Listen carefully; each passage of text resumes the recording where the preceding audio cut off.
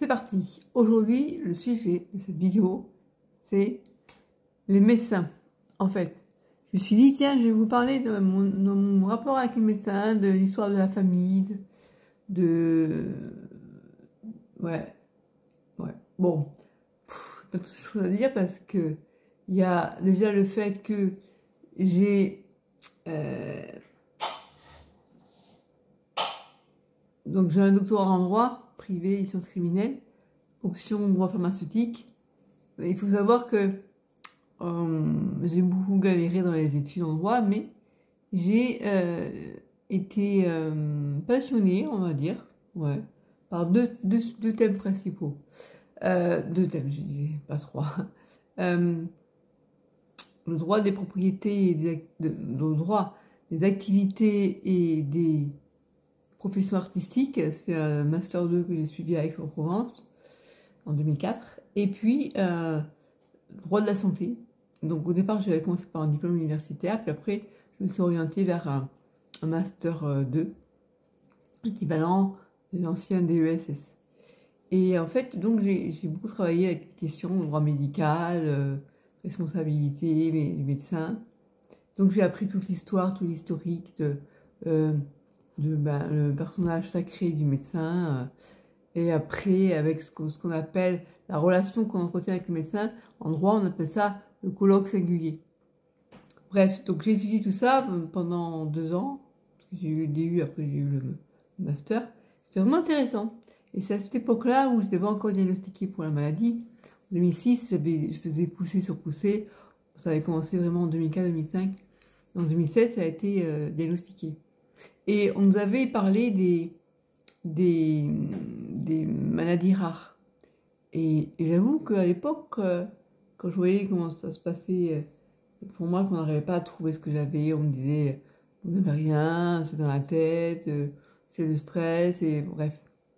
Comme j'étais en train de finir mes études, je me suis dit, bon, bah, je vais attendre. Mais, quand on nous avait donc donné ce cours sur les maladies rares, donc on nous a parlé des médicaments orphelins, hein, parce que quand on a une maladie rare, les laboratoires font pas trop de... Enfin, ils veulent rentrer dans leurs frais, donc ils vont pas lancer des études longues sur telle ou telle maladie si il y a que 2-3 picnos qui l'ont. Bref, donc on avait étudié la question et c'était intéressant. Et à l'époque, je me suis dit, mais et si moi j'avais une maladie rare, parce qu'on trouvait pas ce que j'avais, j'étais persuadée que j'avais quelque chose. D'ailleurs, mon entourage, les gens quand je rencontrais des personnes qui voyaient comment je vivais, on me disait, mais t'as l'air malade. En fait, on a l'impression que t'es quelque chose, quoi. Mais les médecins, quand je les voyais, ils me renvoyaient chez moi. En me disant, je me souviens, un médecin, d'ailleurs, j'en ai fait un livre qui s'appelle C'est docteur à côté de la plaque. Et j'en ai eu une vraiment belle, du diagnostic qu'on m'a donné qui était débile. Un jour, j'ai dit, merde, tiens, je vais écrire un bouquin parce que franchement, voilà. Donc, si ça vous intéresse, je vous le mettrai en télécharger pour le lire. J'ai eu de tout et de tout que j'ai pu entendre. On m'a même dit que si je tombais, c'était parce que j'étais trop maigre. À l'époque, je faisais le poids que je fais maintenant, je crois, ou à peu près. J'ai tellement eu des diagnostics à la con que... Alors, après, une fois que je vous ai dit ça, il y a aussi une information importante que je pourrais vous dire, c'est que j'ai été pendant des années, un peu le médecin, entre guillemets, hein. C'est-à-dire la personne qui aiguillait mes parents en disant quand mon père avait un problème, quand ma mère avait un problème, je leur disais à quel moment je pensais qu'il fallait appeler le médecin. Ma mère avait tendance à pas appeler rapidement, à attendre que ça traîne, de vraiment pas pouvoir faire autrement pour appeler. Et pour mon père, au contraire, on a tendance à vite se dire, oh là, il y a un petit bobo. En général, quand mon père, on découvrait qu'il avait quelque chose, c'était déjà bien avancé. Donc, c'était toujours des trucs costauds qu'il avait. Il y avait même une fois où il avait des douleurs au ventre et il y avait eu des signes, des prémices de ça, mais ça n'est pas rendu compte de ce qu'il avait. Bref, des fois c'était comique, mais bon. Ma mère m'avait dit, le médecin lui a fait un toucher rectal parce qu'il pensait que c'était un problème de prostate. En fait, il avait un problème de vésicule biliaire. Bref. Et quand on a su après, parce qu'il avait fait une crise. Et d'ailleurs, je m'en étais un peu voulu parce qu'il était venu en me disant j'ai mal au ventre, qu'est-ce que je peux faire? Je lui ai dit, écoute, c'est bien la première fois que je te vois avoir un mal au ventre parce que moi j'ai tout le temps mal au ventre et on a tendance à nier un peu ce que j'avais. Ouais, c'est bon, c'est un mal de ventre quoi. Et là, en fait, il avait une infection à la vésicule et du coup, il a été être pris en urgence pour être opéré. Mais bon, j'étais pas médecin. En tout cas, à cette époque-là, j'arrivais à aiguiller plutôt bien en général mes parents en leur disant, bon, bah là, tu peux aller voir la pharmacie, et là, à mon avis, il faut appeler le médecin, voilà. Et, pardon. Faut savoir que ma mère, elle m'a toujours dit l'histoire de la famille, c'était que ma mère a été orpheline à 5 ans de son père et de sa mère à 14 ans. Et depuis toute petite, elle me racontait l'histoire, c'était que sa tante, qui s'est occupée d'elle après, lui avait raconté l'histoire quand sa mère, en fait, sa mère est morte d'un cancer du pancréas. Et il y a une époque où, à un moment donné, elle a été opérée pour calcul à la vésicule. Ils lui ont retiré la vésicule en pensant que c'était que ça. Et à ce moment-là, ils se sont rendus compte qu'elle avait un cancer de la prostate. Parce que j'ai fait des pancréas. Bref. Et donc, du coup, c'est pas rigolo, mais bon, ça fait rigoler. Avant ça, quand sa mère a été opérée pour le problème de calcul à la vésicule, il y a sa tante, donc ma grande-tante à moi, aurait dit au médecin, docteur, vous êtes sûr que ça pourrait pas être plus grave, un cancer? Bien sûr, de quoi se mêler, la tante, c'était pas elle, le médecin. Ah non, non, non, je suis sûre de moi, je m'en porte garant. C'est trouvé que quand ils ont ouvert pour l'opérer, ils se sont rendus compte qu'elle avait des métastases. Donc du coup, bref, elle est morte de ça. Et par contre, mon grand-père maternel est mort d'une infection nosocomiale parce qu'il était médecin, figurez-vous. Il était diabétologue, chirurgien à l'hôpital La Pétrière Salpêtrière à Paris. Et pendant la guerre, en fait. Et donc, c'était le début des antibiotiques. Et à l'époque, ma grande-tante pouvait obtenir des antibiotiques des États-Unis. Et simplement, lui, il avait refusé en disant je ne veux pas jouer le rôle de cobaye. Il en est mort parce qu'il n'a pas pris des antibiotiques, ça aurait pu le sauver. Bref, donc je n'ai jamais connu mes grands-parents maternels. Donc tout ça pour dire que ma mère, elle disait toujours le médecin, elle avait dit ouais, qu'il était sûr que c'était pas un cancer, en fait elle est morte d'un cancer, enfin, bref. Donc elle avait un peu la haine envers les médecins, on peut comprendre, hein, parce que elle a perdu sa mère à 14 ans. Et voilà, et donc ça a été comme une histoire un peu douloureuse. Et donc ma mère, elle faisait pas du tout confiance aux médecins. Et moi, je me souviens quand j'étais petite, quand ma mère me disait prends tel médicament, antibiotique ou autre, je prenais pas, mais avant, si on me donnait un comprimé, je ne pouvais pas l'avaler. Ma mère le retrouvait cachée dans le fauteuil, dans le canapé. Bref, j'avais beaucoup de mal en fait à faire confiance au médecin, d'autant plus que je me souviens une fois, ma mère avait dit à mes frères et à moi, faut prendre un sirop. Un sirop était tout rouge. Et moi, ça me faisait peur, hein. Ça m'impressionnait un sirop rouge. Je pensais qu'il fallait me faire avaler du sang, bref. Et mon grand frère l'avait bu. Sauf qu'il n'a pas gardé longtemps, il avait tout vomi. Et quand j'ai vu ça, j'ai dit, maman, moi je bois pas ça, hein. Et du coup, elle n'avait pas insisté. Bref, donc c'était comme ça pour moi, j'avais beaucoup de mal à prendre les médicaments et c'est resté d'ailleurs. Sauf que maintenant, j'ai des réactions allergiques au niveau digestif. Bref, donc voilà un peu. Donc j'ai appris à être très méfiante envers les médecins. Et pas du tout à accorder la confiance, quoi. Alors après, j'ai pu faire la part des choses entre les bons médecins et les mauvais médecins, entre guillemets, hein. Parce que le bon et le mauvais médecin, c'est pas toujours, comment dire, le bon médecin, c'est pas toujours celui qui va être compétent tout le temps.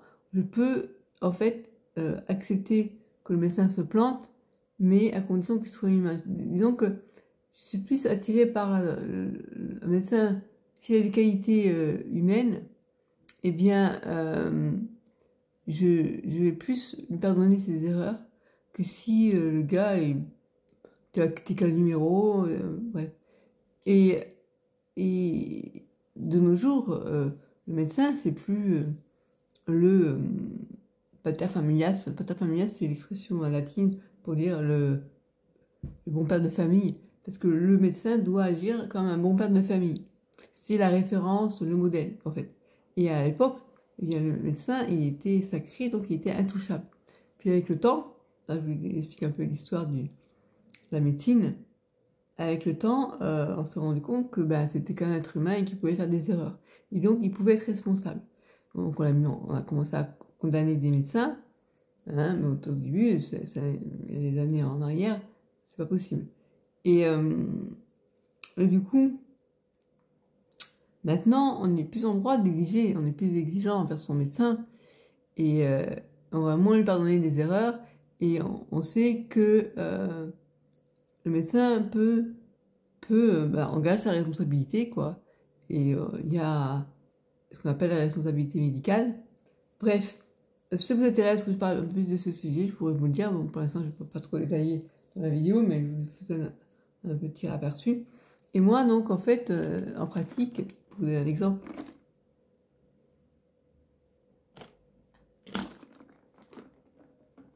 je mets ça au congélateur pour que j'ai toujours de l'eau fraîche.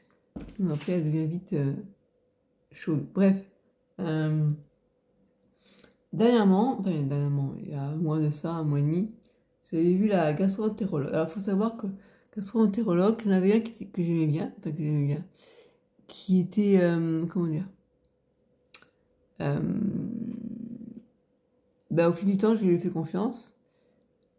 J'arrivais à lui parler ouvertement. D'ailleurs, je lui ai parlé des abus sexuels de mon grand-père. Et il m'avait dit, il a été surpris, il me dit, c'est rare que les patients me confient ce genre de choses. Il me dit, c'est important parce que finalement, c'est scientifiquement prouvé que les abus sexuels peuvent euh, engendrer, enfin, être responsables de troubles digestifs fonctionnels, le genre de troubles que vous avez. Voilà. Donc, les troubles digestifs pourraient être à la fois en partie dus à la maladie, la sclérose en plaques, et à cet épisode de ma vie. Voilà. D'autant que ça n'a pas été traité au moment où ça aurait été bien que je voie un psy. Bref. Donc voilà. Donc j'ai été voir un gastro-entérologue qui est une nouvelle personne parce que mon médecin gastro-entérologue que je voyais en qui j'avais confiance a cessé son activité pour des raisons de santé. Donc j'ai choisi une nouvelle gastro plus proche de ma nutritionniste, mais depuis j'ai arrêté avec une nutritionniste et la gastro-entérologue, elle était très bien, mais elle est jeune. Elle doit avoir une trentaine d'années, quoi. Et donc, elle n'a pas le même recul que le grand ponte, enfin, la personne que je voyais qui avait pas loin de 60 ans. Bref, tout ça pour vous dire que quand j'ai été la voir, elle me disait à partir de 50 ans, parce que c'était la deuxième fois que je la voyais, décidément, quand je dis deux, je mets toujours trois. C'était la deuxième fois que je la voyais, et elle m'avait dit à partir de 50 ans, il faut faire ce qu'on appelle le dépistage du cancer du colon, je vais y arriver. Cancer colon rectal, bref, cancer du côlon. Et donc, il faut faire un examen. Enfin, un examen, ça consiste à prélever un peu d'excréments plutôt, ouais, c'est ça, pour voir s'il n'y a pas de sang dans les selles. S'il y a du sang dans les selles, on fait une coloscopie. Bon, moi, il s'est trouvé que je suis en ce moment, depuis que j'ai déménagé, parce que les toilettes ne me conviennent pas trop, très fortement constipée. Et ça fait partie de la sclérose en plaques, on a ce qu'on appelle un retard du transit. Et le transit devient paresseux en fait.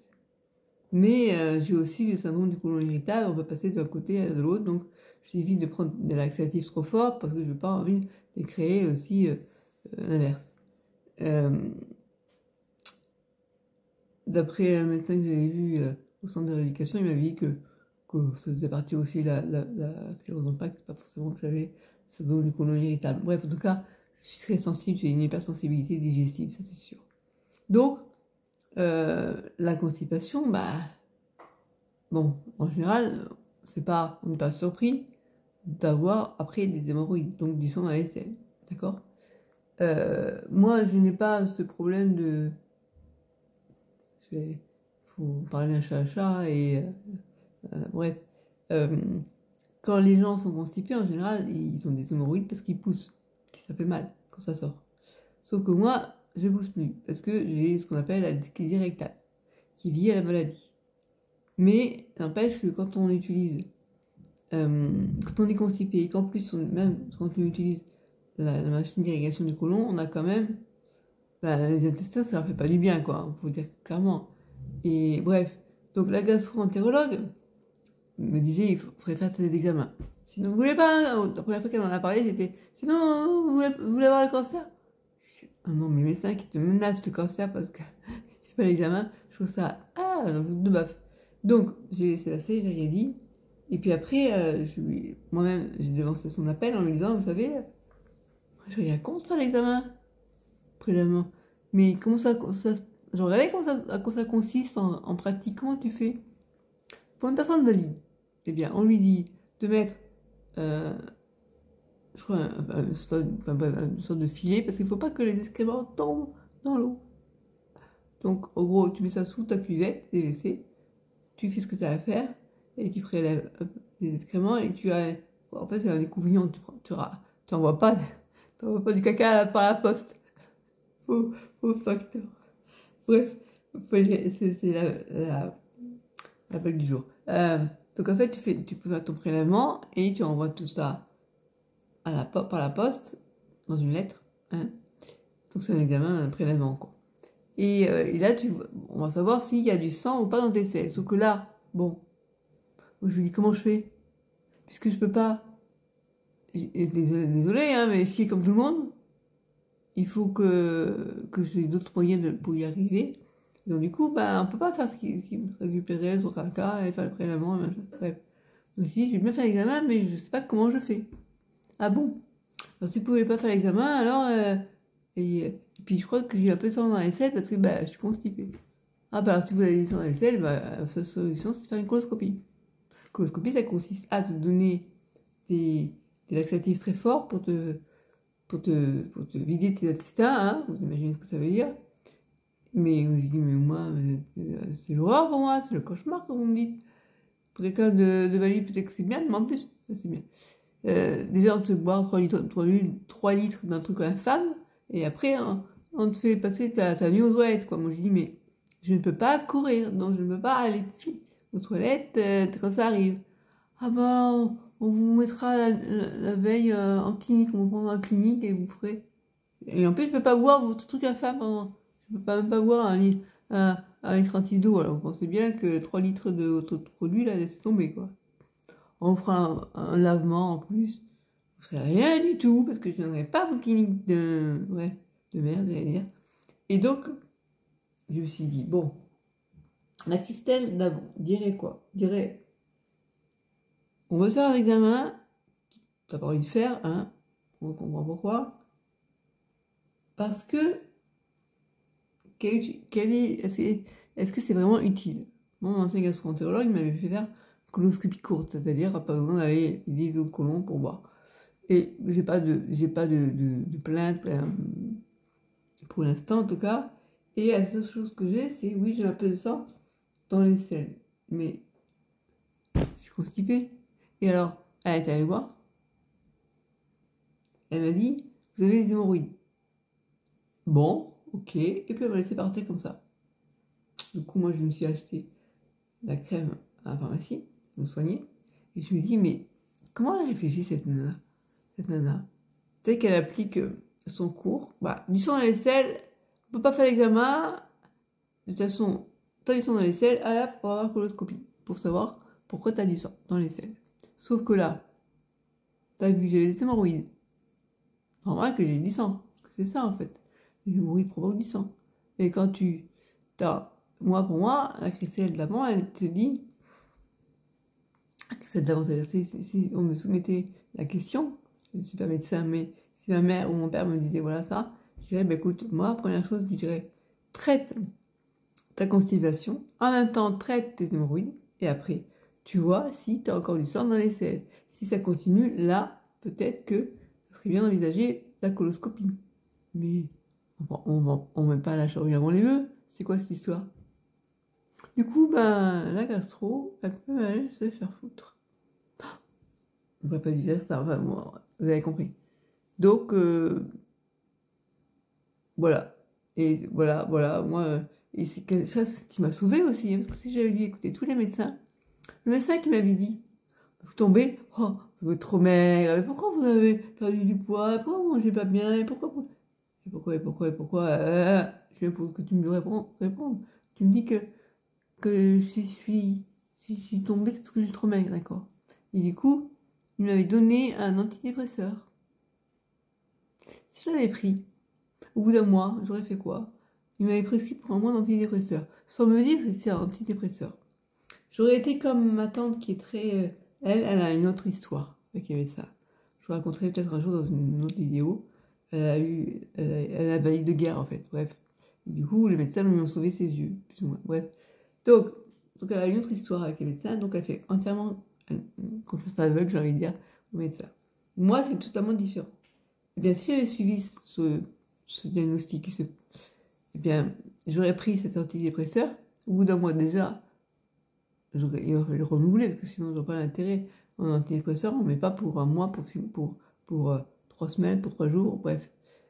Eh ben, d'ailleurs, c'est ce qui s'est passé pendant 5 ans, on m'a soigné pour une phobie sociale. Ma mère me disait, t'as pas eu la phobie. Si, je l'ai eu, j'ai fini par la développer parce que je comprenais un peu ce que j'avais, dépression. Mais si j'avais pas arrêté ces médicaments, je pense peut-être que je serais encore sous médicaments et je croirais que je suis. Bon, quand même, on aurait quand même vu pas marcher. Au fil du temps, les médecins se seraient dit que c'est plus ça marche pas. C'est peut-être pas que psychosomatique, son histoire. Voilà, donc du coup, bah, mon histoire fait que je me fie des médecins. Même si on en a besoin, je reconnais. Voilà. Donc, dites-moi, vous, partagez-moi votre histoire par rapport au médecin. Après, pour trouver un neurologue, ça a été pareil. Hein. Je l'ai vu, attendez. Alors, le premier que j'ai vu, en fait, ouais, c'est ça. Je vais raconter mon histoire, je vais finir là-dessus. Après, il faut que j'aille manger.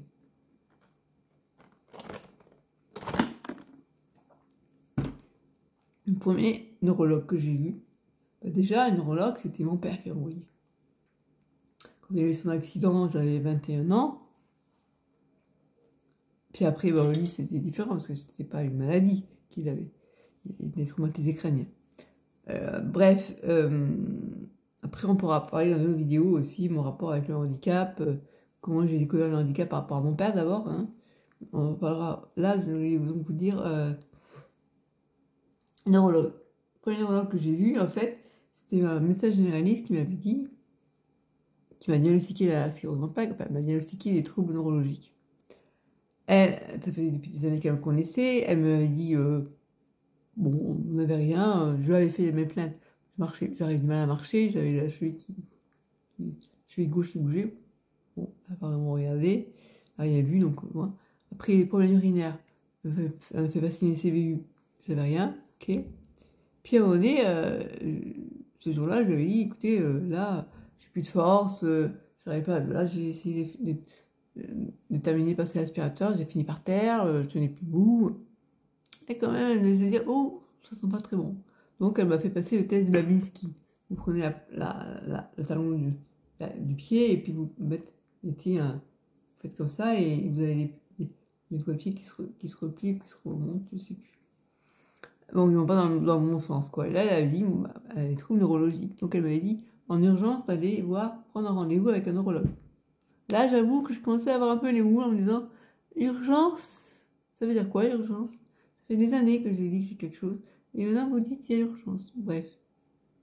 Donc, je suis allée voir un neurologue qui m'a reçu au bout d'un mois. Lui, il m'a fait passer, donc, il m'a dit de revenir bah, un mois plus tard avec 2 IRM. Donc, j'ai passé, 2 IRM, une radio du thorax et une prise de sang. Et quand j'étais allée le voir, bah là, il m'avait dit, ça ressemble un peu à une sclérose en plaques. Ah, ben, c'est à ce à quoi je m'attendais. Parce que j'avais cherché sur internet, je suis tombée sur le livre de Arnaud Gautelier, bref. Ah, mais c'est la sclérose en plaques, je suis formelle. Ça veut dire que tu t'es fié dessus de me l'annoncer, en fait. Voilà, bon, je comprends, hein, on sait jamais comment on va réagir un patient. Je connaissais pas la sclérose en plaques, je croyais que c'était la sclérose en plâtre. On devenait Tourette. Non, c'est ma mère qui pensait ça. Bref, donc, le premier neurologue que j'ai vu, il a voulu tout de suite me recevoir. On était le vendredi. Dès lundi, il fallait que je commence les bolus de cortisone. On se calme. 1 gramme. Un gramme, ou je sais plus combien il m'avait donné sur 3 jours, je crois. Enfin, la dose forte, quoi. Et moi, j'avais dit à ma mère, waouh, comment je vais réagir à ce truc-là, perfusion. Bon, moi, j'ai pas été parce que ça m'aurait rendu malade, franchement. Moi, je supporte très mal la cortisone, alors, en 3 jours. Et après, je venais le matin, je rentrais chez moi à midi. Je serais pas revenue le lendemain, j'aurais pas pu, je serais lessivée. En plus, j'avais des douleurs à l'époque, déjà, donc bref. Donc lui, j'ai annulé, je sais pas retourner. Comble de l'histoire, sa collègue, c'est celle qui a reçu ma mère 5 ans plus tard, qui a pas osé lui annoncer qu'elle avait la maladie de Charcot, mais qui nous a annoncé d'aller voir au CHU, bref.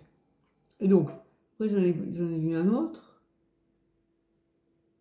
qui lui ne voulait pas confirmer, il dit non, mais pour confirmer, il faut passer une fonction lombaire.